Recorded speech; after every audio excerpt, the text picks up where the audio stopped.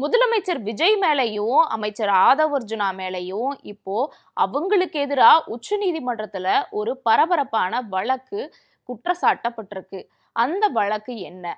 இந்த வழக்கை ஒருவேளை எடுத்து உச்சநீதிமன்றம் விசாரிச்சா அமைச்சர் ஆதவ் அர்ஜுனா சிறைக்கு செல்ல கூட வாய்ப்பு இருக்குன்னு சொல்லப்படுது. அப்படி ஆதவ் அர்ஜுனா என்ன வழக்குல உச்சநீதிமன்றத்துல சிக்கியிருக்காரு? தேர்தல் ஆணையம் மற்ற மாநிலங்கள் இருக்கக்கூடிய காலியான தொகுதிகளுக்கு இடைத்தேர்தலா அறிவிச்சிட்டாங்க. இப்போ வரைக்கும் தமிழகத்துல இடைத்தேர்தல் தேதியை அறிவிக்கல. அதுக்கு பின்னாடி ஒரு அரசியல் காரணம் இருக்கு. அதுவும் தாவேகாவுக்கு எதிராக தேர்தல் ஆணையம் செயல்பட போகுது.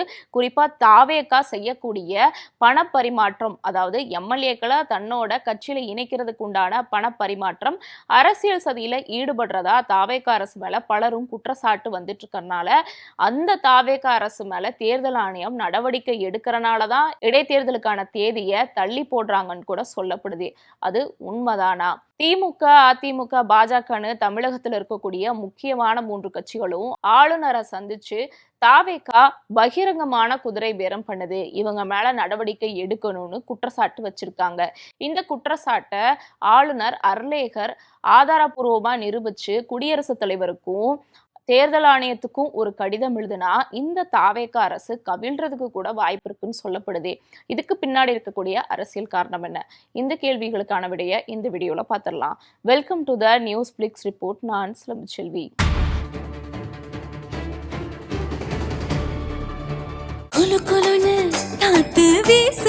உங்கள் சத்யாவில் குளு குளு ஏசி ஆஃபர். டயா பூஸ்டர் சுகரை கண்ட்ரோல் பண்ணும், உங்க ஆரோக்கியத்தை மீட்டு தரும். சர்க்கரையை கட்டுப்படுத்துறதுக்கான எளிமையான வழிமுறை, இயற்கையான வழிமுறை. அனைத்து மருந்து கடைகளிலும் கிடைக்கும்.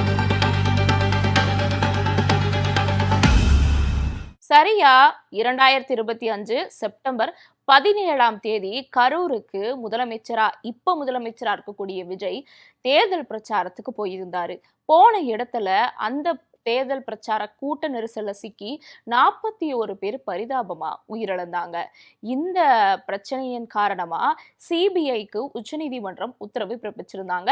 சிபிஐ தொடர்ச்சியா இந்த கரூர் சம்பவம் குறித்து இப்ப வரைக்கும் விசாரணை பண்ணிட்டு வந்துட்டு இருக்காங்க. இந்த விசாரணையில குற்றவாளிகளா இருக்கக்கூடிய முதலமைச்சர் விஜய், ஆதவ் அர்ஜுனா, புசி ஆனந்த் உட்பட பலரும் தொடர்ச்சியா சிபிஐ விசாரணைக்கு இப்ப வரைக்கும் போயிட்டு வந்துகிட்டு தான் இருக்காங்க. இப்படி இருக்கக்கூடிய சூழல்ல அந்த விசாரணை இன்னும் முடிவடையல, உச்சநீதிமன்றம் தீர்ப்பு இன்னும் தரல. இப்படி அந்த வழக்கு நிலுவையில இருக்கக்கூடிய சூழல்ல தாவேகா அரசு ஆட்சி அமைஞ்சிருச்சு. ஆட்சி அமைஞ்சதுமே கரூர் சம்பவத்துக்கு திமுக தான் காரணம், திமுக தான் சதி பண்ணிருக்குன்னு சொன்னதுக்கும் மேல இப்ப அமைச்சர் ஆதவ் அர்ஜுனா சரியா ஜூலை 2ஆம் தேதி இந்த வருஷத்துல நடந்த அவங்க கட்சியோட கூட்டத்துல போலீஸ வச்சு திமுக கரூர் மக்களை கொன்றிருக்காங்கன்னு அபாண்டமா பேசியிருக்காரு.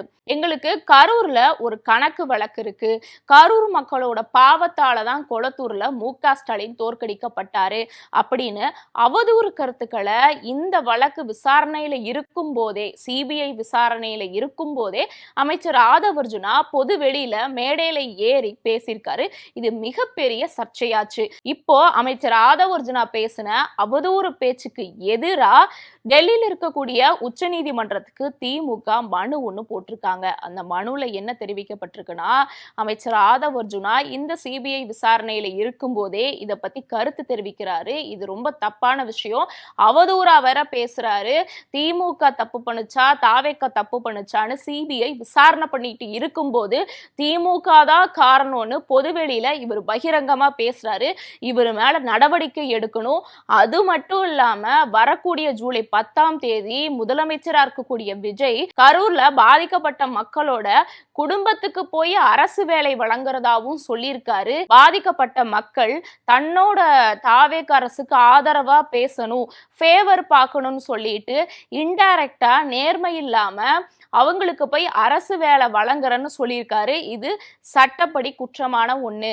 யார் மேல தப்பு இருக்குன்னு விசாரணை போயிட்டு இருக்கும் போது தாவேகா ஆட்சிக்கு வந்துட்ட ஒரே காரணத்தை காரணத்துக்காக அரசு வேலை வழங்குறேன், பாதிக்கப்பட்ட குடும்பத்துக்கு அரசு வேலை வழங்குறேன் அப்படிங்கிறது என்னோட அரசுக்கு சாதகமா நீங்க கண்டிப்பா சிபிஐ விசாரணையின் போது நடந்துக்கணும் அப்படிங்கிறத இன்டைரக்டா அந்த பாதிக்கப்பட்ட மக்களுக்கு புகுத்துறதுக்காக முதலமைச்சர் விஜய் கரூருக்கு போய் அவங்களுக்கு அரசு வேலை வழங்க போறாங்களா அப்படிங்கிற ஒரு கேள்வியும் எழுப்பியிருக்காங்க.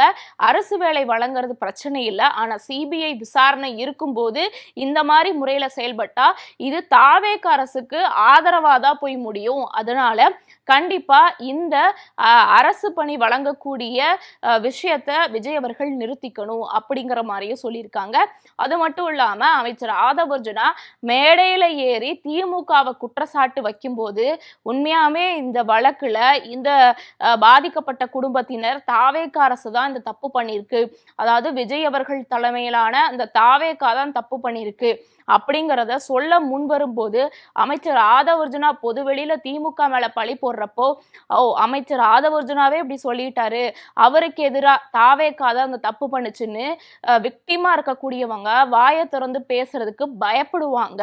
அதனால தயவு செஞ்சு அமைச்சர் ஆதவ் அர்ஜுனா மேலையும் தாவேகாவை சேர்ந்த முக்கியமான அமைச்சர்கள் யாரா இருந்தாலும் பொதுவெளியில சிபிஐ விசாரணையில இருக்கக்கூடிய இந்த கரூர் சம்பவத்தை பத்தி பேசக்கூடாது. கரூருக்கு போய் இப்ப குறிப்பிட்டு இந்த விசாரணையில இருக்கும்போது முதலமைச்சர் விஜய் அவர்கள் அவங்களோட குடும்பத்தினருக்கு அரசு வேலை வழங்கக்கூடாது, இதை தாமதமா கூட வழங்கிக்கலாம் அப்படிங்கிற மாதிரி திமுக உச்சநீதிமன்றத்துல வழக்கு ஒண்ணு போட்டிருக்காங்க. இந்த வழக்கை உடனடியா விசாரிக்கிறதுக்கு உச்சநீதிமன்றமும் முன் வந்திருக்கு. இந்த வழக்கை ஒருவேளை விசாரிச்சு அமைச்சர் ஆதவ் அர்ஜுனா அவதூறாதான் பேசியிருக்காரு அப்படின்னு நிரூபணமாச்சுன்னா இங்க எப்படி தமிழகத்துல திமுகவை சேர்ந்த அனிதா ராதாகிருஷ்ணன் அவதூறா பேசினாருன்னு தாவேகா சொல்லி அவங்கள அரெஸ்ட் பண்ணுச்சோ, அந்த மாதிரி உச்சநீதிமன்றம் அமைச்சர் ஆதவ் அர்ஜுனா அவதூறா பேசியிருக்காரு அப்படிங்கறத நிரூபிச்சாங்கன்னா அமைச்சர் ஆதவ் அர்ஜுனா சிறைக்கு செல்ல கூட வாய்ப்பு இருக்குன்னு சொல்லப்படுது. அதனால இந்த தீர்ப்பு என்னவா வரும் அப்படிங்கிற எதிர்பார்ப்பு பயங்கரமா எகிரி இருக்கு. இது ஒரு பக்கம் இருக்க, இன்னொரு பக்கம் தமிழகத்தை தவிர மற்ற மாநிலங்கள்ல இருக்கக்கூடிய காலியான தொகுதிகளுக்கு தேர்தல் ஆணையம் இடைத்தேர்தலை அறிவிச்சுட்டாங்க. ஆனா தமிழகத்துக்கு மட்டுமே இன்னும் இடைத்தேர்தல் தேதியை அறிவிக்கல.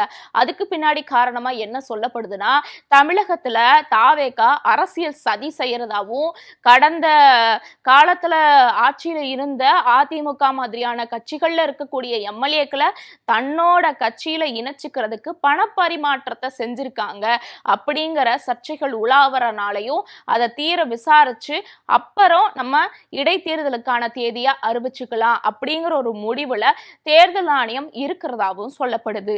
இது ஒரு பக்கம் இருக்க, இன்னொரு பக்கம் திமுக, அதிமுக, பாஜக மாதிரியான முக்கியமான கட்சிகள் ஆளுநரை சந்திச்சு தாவேக அரசு குதிரை பேரம் வெளிப்படையா பண்ணுது. 6 எம்எல்ஏக்களை கடன் வாங்கியிருக்காங்க. இதோட எண்ணிக்கை இன்னும் கூடுன்னு கூட சொல்லப்படுது. எல்லாரோட கட்சிகளையும் சிதைக்குது இந்த தாவேகா. அதனால தாவேகா அரசு குதிரை பேரம் தான் பண்ணுதுன்னு கண்டிப்பா நடவடிக்கை எடுக்கணும் அப்படின்னு ஆளுநர் அர்லேகரை சந்திச்சு திமுக, அதிமுக, பாஜக எல்லாரும் சொல்லியிருக்காங்க. குறிப்பா அதுல அதிமுக இன்னும் கூடுதலா என்ன சொல்லியிருக்காங்கன்னா, அமைச்சர் ஆளுநர் அவர்களே, நீங்க என்ன சொன்னீங்க, இந்த தாவேக அரசு பெரும்பான்மையை எடுக்காதனால நீங்க பெரும்பான்மையோட 118 நம்பரை கொண்டு வந்தாதான் உங்களுக்கு ஆட்சி அமைக்கிறதுக்கான அதிகாரத்தை தருவேன், அப்படி நீங்க கொண்டு வரலைன்னா குதிரை பேரம் நடக்கிறதுக்கு கூட வாய்ப்பு இருக்கு, அதனால 118 சீட்டோட வாங்கன்னு தாவேக ஆட்சி அமைக்கிறதுக்கு முன்னாடியே குதிரை பேரத்துக்கு வழிவகுக்க கூடாதுன்னு ஆளுநர் அர்லேகர் நீங்க சொல்லியிருந்தீங்க. இப்ப பார்த்தா ஆட்சி அமைஞ்சப்புறம் இந்த தாவேக குதிரை பேரத்துல வெளிப்படையா ஈடுபடுது, அதனால இவங்க மேல நடவடிக்கை எடுக்கணும்னு அதிமுக இன்னும் ஒரு படி மேல போய் சொல்லியிருக்காங்க.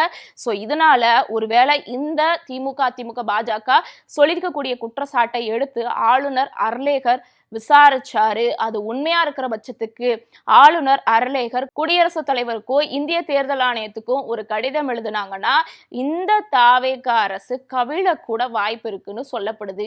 ஏன் அப்படின்னா இந்த குதிரை பேரம்ல ஈடுபட்டு இருக்கக்கூடிய அரசு தான் தாவேக அரசு. இதுல முதலமைச்சர் விஜய் கூட இன்க்ளூட் ஆயிருக்காருன்னு சொல்லப்படுது. அப்படிதான் திமுகவும் அதிமுகவும் குற்றச்சாட்டு வைக்கிறாங்க. இப்படி இருக்கிற பட்சத்துக்கு இவங்க தப்பான முறையில ஆட்சி அமைச்சிருக்காங்க அப்படின்னு ஆளுநர் அர்லேகர் குடியரசுத் தலைவருக்கும் இந்திய தேர்தல் ஆணையத்துக்கும் ஒரு கடிதம் ஒண்ணு எழுதிட்டா மொத்தமா சோலி முடிஞ்சிரும் அப்படின்னு கூட சொல்லப்படுது. இதெல்லாம் ஒரு பக்கம் இருக்க, இன்னொன்னு நாலாவதா என்ன சொல்லப்படுதுன்னா, இப்போ தன்னுடைய எம்எல்ஏக்களோட பதவியை ராஜினாமா பண்ணிட்டு தாவேக்கால இணைஞ்சிருக்காங்களே, இவங்க மேல ஏற்கனவே அதிமுக இந்த எம்எல்ஏக்கள் ராஜினாமா பண்ணிட்டு போயிருக்காங்கல்ல, இவங்க மேல தகுதி நீக்கம் நடவடிக்கை எடுங்க, கட்சி தாவல் தடை சட்டத்தை இவங்க மேல போடுங்க அப்படின்னு கூட சொல்லியிருந்தாங்க. இதையும் தேர்தல் ஆணையமும் சபாநாயகரும் எடுத்து விசாரிச்சு, சபாநாயகர் ஆளுங்கட்சிக்கு ஆதரவா தான் செயல்படுவார், இது எல்லாருக்கும் தெரிஞ்ச விஷயம். சபாநாயகர் அதுக்கு முடிவெடுக்கலைனாலும் தேர்தல் ஆணையம் இதுக்கு முடிவெடுத்து இந்த ராஜினாமா செஞ்ச 6 எம்எல்ஏக்களும் கட்சி தாவல் தடை சட்டத்துல தான் ஈடுபட்டு இருக்காங்க, இவங்களை நாங்க தகுதி நீக்கம் பண்றோம் அப்படின்னு தேர்தல் ஆணையம் சொல்லிருச்சுன்னா, இப்போ ராஜினாமா பண்ணியிருக்காங்களே இந்த எம்எல்ஏக்கள், இவங்க சில ஆண்டுகள் வரைக்கும் தேர்தல்ல போட்டிடுறதுக்கான வாய்ப்பே இருக்காது. ஸோ இது நேரத்துக்கு கூட வாய்ப்பு இருக்குன்னு சொல்லப்படுது. ஏன் அப்படின்னா, சமீபமா தான் பாஜக ஆளக்கூடிய மகாராஷ்டிரா மாநிலத்துல குதிரை பேரம் நடக்கிறதா குற்றச்சாட்டுகள் எழுந்துச்சு. இதுக்கு பம்பாய் நீதிமன்றமே கடுமையான விமர்சனங்களை வச்சிருந்துச்சு. ஆளுங்கட்சியா இருக்கக்கூடிய பாஜக கடுமையான குதிரை பேரத்துல ஈடுபடக்கூடாது அப்படின்னு வெளிப்படையாவே பேசிருந்துச்சு. ஸோ மற்ற மாநிலங்கள்ல, அதாவது பாஜக ஆளக்கூடிய மாநிலங்கள்லயே இது நடக்குதுன்னா, இப்ப அரசியலுக்கு வந்திருக்கக்கூடிய தாவேக்கால ஏமாத்துறோம், அதனால குதிரை பேரத்தை வச்சு தன்னோட ஆட்சியை நிலைக்கு வைக்கிறதுக்காக தாவேக்கா போராடினாலும் அது அவங்களுக்கு வினையாதான் வந்து முடியும்னு பலரும் தாவேக்கா அரசை விமர்சனம் பண்ணி பேசிட்டு வந்துட்டு இருக்காங்க. இப்போ இத பத்தி நீங்க என்ன நினைக்கிறீங்க? மறக்காம உங்க ஒப்பீனியனை கமெண்ட்ல சொல்லுங்க.